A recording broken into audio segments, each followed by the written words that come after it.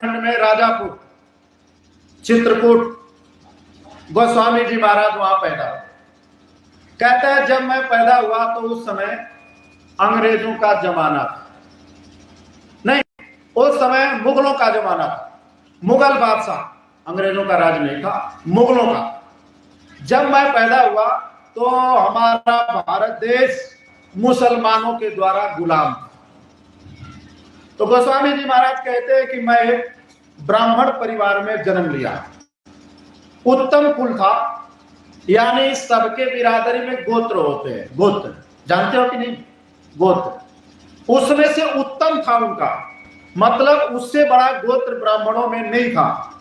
ऐसे उत्तम कुल में गोस्वामी जी महाराज का जन्म हुआ। कहते हैं कि उस समय हमारे भारत देश में मुसलमानों के डर से बच्चे बच्चियों की शादी जल्दी हो जाया करती, बचपन में छोटे रहते थे शादी हो जाती थी, यानी शादी हो जाती थी पता चलता, क्योंकि छोटे छोटे बचपन में शादी होती। वो क्यों होती थी उसको समझ लीजिए आप। वो इसलिए होती थी कि जो मुसलमान राजा होते थे हमारे हिंदू बहन बेटियों को उठा ले जाते थे, जिसके मांग में सिंदूर होता था उनको छूते नहीं, इतनी तहजीब थी। इसलिए हिंदू लोग क्या करते थे, बच्ची बड़ी हुई शादी, मांग में सिंदूर हो जाता था, कोई पूछता नहीं, इसलिए बचपन में शादी हो जाती। गोस्वामी जी महाराज कहते मेरी भी शादी हो गई, बचपन में मुझे पता ही नहीं था, बचपन में शादी हो गई। मैं एक बार बच्चों के साथ खेल रहा था, बच्चों ने हमें व्यंग कसा, कुछ बोला, तो मुझे आभास हुआ कि मेरी शादी हो चुकी है। गोस्वामी जी महाराज कहते हैं मैं अपने घर आया और अपनी माँ से पूछा कि हे माँ ये बताओ कि क्या मेरी शादी हो गई है क्या। तो उसने कहा तू आज ये बात क्यों पूछ रहा है, आखिर अचानक तुम्हारे मन में ये बात क्यों आ गई। कहा नहीं बता, सही बता कि मेरी शादी हुई है कि नहीं हुई है। कहा हाँ वो तो हो गई, शादी तो तुम्हारी हो गई है। कहा ये बता कहाँ हुई है। कहा वो नदी के उस पार, वो गांव दिखाई दे रहा है, जैसे आपके यहाँ गंगा नदी है वैसे वहां वो नदी के उस पार वो गांव है, उसी में तुम्हारी शादी। कहा ये बता तो मेरी जिससे शादी हुई है उसका क्या नाम। बता दिया माँ ने, झूठ नहीं बोला, बता दिया कि ये तेरे पति का नाम है और ये उसका गांव वहां दिखाई दे रहा। तो गोस्वामी जी महाराज कहते हैं कि मैं सुन लिया और सुन करके मैं विचार करता था रोज कि मेरी पत्नी ऐसी होगी, मेरी पत्नी वैसे होगी, मैं कब उसे देख लूंगा, कब, अंदर से ये भावना उठती थी। एक दिन गोस्वामी जी महाराज कहते मैं चारपाई पे लेटा सोच रहा था, सोचते ही सोचते मैं कब उठ करके खड़ा हो गया, चारपाई से उठ गया और चल दिया उधर जिधर मेरी ससुराल थी, उधर चला। बीच में नदी थी, नदी को मैं पार कर गया, रात का समय, नदी पार कर गए और उस गांव में पहुंच गए जहां उनकी ससुराल थी। वहां उस गांव में पहुंच गए तो देखा कि रात में दरवाजा बंद, रात में सब लोग दरवाजा बंद करते हैं। उसने कहा छत पे कैसे चढ़ूंगा। एक रस्सी लटक रही थी, रस्सी, उसी रस्सी को पकड़ करके गोस्वामी जी महाराज छत पे चढ़ गए।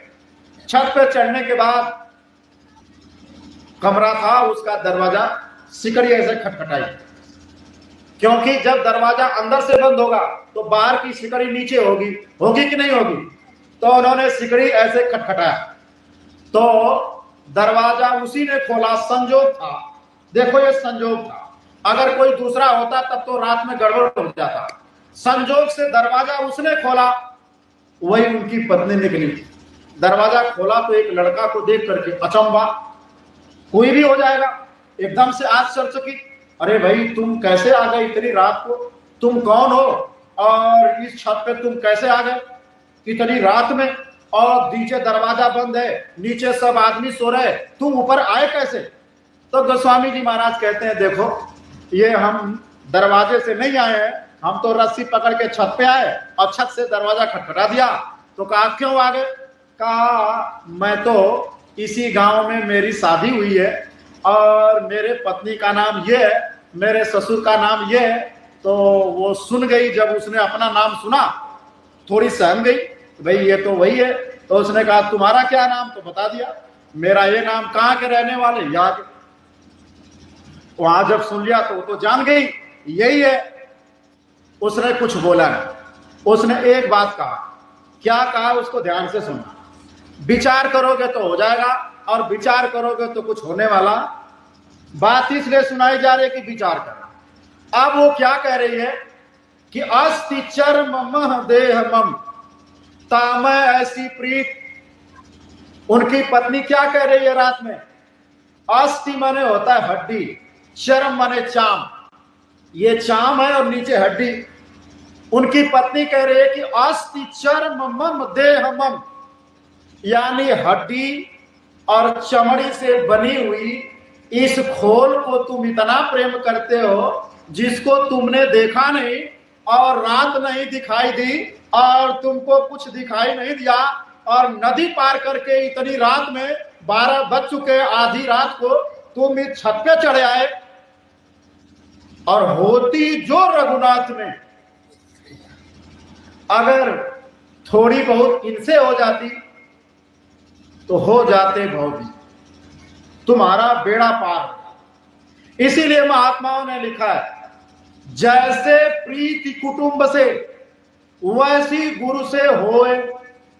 अरे जैसे आप अपने पति से प्रेम करते हो, जिस प्रकार से आप अपने पत्नी से प्रेम करते हो, जिस प्रकार से आप अपने बच्चे से प्रेम करते हो, जिस प्रकार से नाते रिश्तेदार को प्रेम करते हो, कहते जैसे प्रेम कुटुंब से, जैसा प्रेम आपके परिवार के साथ है वैसी गुरु से होए। अगर वही प्रेम गुरु से कहीं अगर हो गया तो गुरु महाराज ने क्या कहा? निज पिंड से प्यार करा करके घट में तब रूप दिखाते हैं। बात समझ में आ रही कि नहीं आ रही? निज पिंड से प्रेम करा करके घट में तब रूप दिखाते हैं। इसीलिए गुरु महाराज ने कहा, ये बात हम लोगों को समझाई, गुरु से प्रीति कर पाइले बाहुरी घट शब्द को सुनना। गुरु से प्रीत कर पहले, जब तक गुरु से प्रेम नहीं होगा, कहते हैं गुरु से प्रीत कर पहले बहुरी घट शब्द को सुनना, इसके बाद आप उसको पा सकते हो, इससे पहले नहीं पा सकते। यही बात गोस्वामी जी महाराज ने कहा कि मेरे पत्नी ने जो मारा बस मुझे याद लग गई बात ही तो है, लग गई तो काम बन गया, और नहीं लगा तो फिर कुछ बनने वाला। सत्संग में तो आप सब आए हो, सुन तो सब रहे हो, लेकिन शब्द की चोट किसी किसी को लगती है, बाकी लगने वाली जाओगे फिर हाय पति, हाय मेरा बच्चा, हाय मेरा नाती, हाय मेरा गेहूं, हाय मेरा बाजरा, हाय मेरा ये, फिर चिल्लाओगे जाके। यहां सुन रहे हो और जाते घर चिल्लाना शुरू करो। अब ये नहीं कि जब मैं जान कि यहाँ कोई किसी का नहीं है, यही सबके है, तो माला उठा लो, माला ये कर लो, ये मिल जाएंगे। और ये मिल गए तो कहते हैं गुरु राजी तो करता राजी, और काल कर्म की चले न, गुरु धरा शीश पे हाथ तो अब डर काहे का, गुरु हरदम तेरे साथ अब डर काहे का। अरे जब गुरु तुम्हारे साथ है, अंग संग है, तो फिर क्यों डरते हो? इस जमाने से क्या डरना? गोस्वामी जी महाराज ने कहा ये बात तो यहां लग गई। मैं फौरन नीचे उतर गया, नीचे उतरा। नीचे जब देख रहे हैं कि वो रस्सी कहां गई जिसको पकड़ करके मैं आया था, तो देख रहा है वो तो सरप है, वो तो जा रहा है। अब तो एकदम चीरे खून नहीं कि मैं तो सरप को पकड़ के वापस आ गया था। ये की पराकाष्ठा, ये प्रेम की पराकाष्ठा है। जब प्रेम हो जाता है किसी से तो कुछ दिखाई नहीं देता। इसी तरह से प्रेमी भाई बहनों, एक प्रेमिका अपने प्रेमी से मिलने जा रही थी। अपने प्रेमी के याद में बस उसके प्रेमी का चेहरा और उसके नजरों के सामने था और भागे जा रही है अपने प्रेमी से मिलने। उसी रास्ते पे एक मौला जी जा रहे थे बाटली लिए हुए। समय हो गया नमाज का समय हो गया, तो मौला जी ने छड़ी रखी, मुसल्ला को बिछाया और नमाज अदा करने लगे। छड़ी बगल में रख दिया। उधर से वो प्रेमिका अपने प्रेमी से मिलने जा रही, तो वो एक निशाना उसका, बस प्रेमिका। और इधर क्या की, उस लड़की से, उस प्रेमिका से, उसके पैर से और मौलवी साहब की छड़ी टकरा गई। और छड़ी टकराई तो छड़ी वहां जाके गिरी।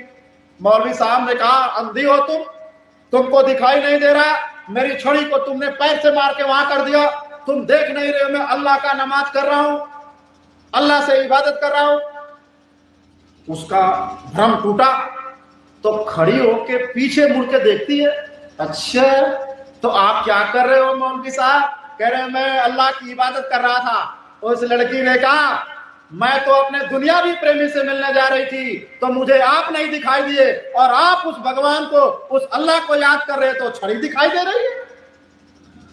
ये बात, छड़ी, भगवान को याद करते हो तो तुम्हें पति दिखाई देता है, तुम्हें खेत दिखाई देता है, तुम्हें बाल बच्चे दिखाई देते हैं। बताओ भगवान मिलेगा? जब उस प्रेमिका को छड़ी नहीं दिखाई दी, मौला मुल्ला नहीं दिखाई दिए,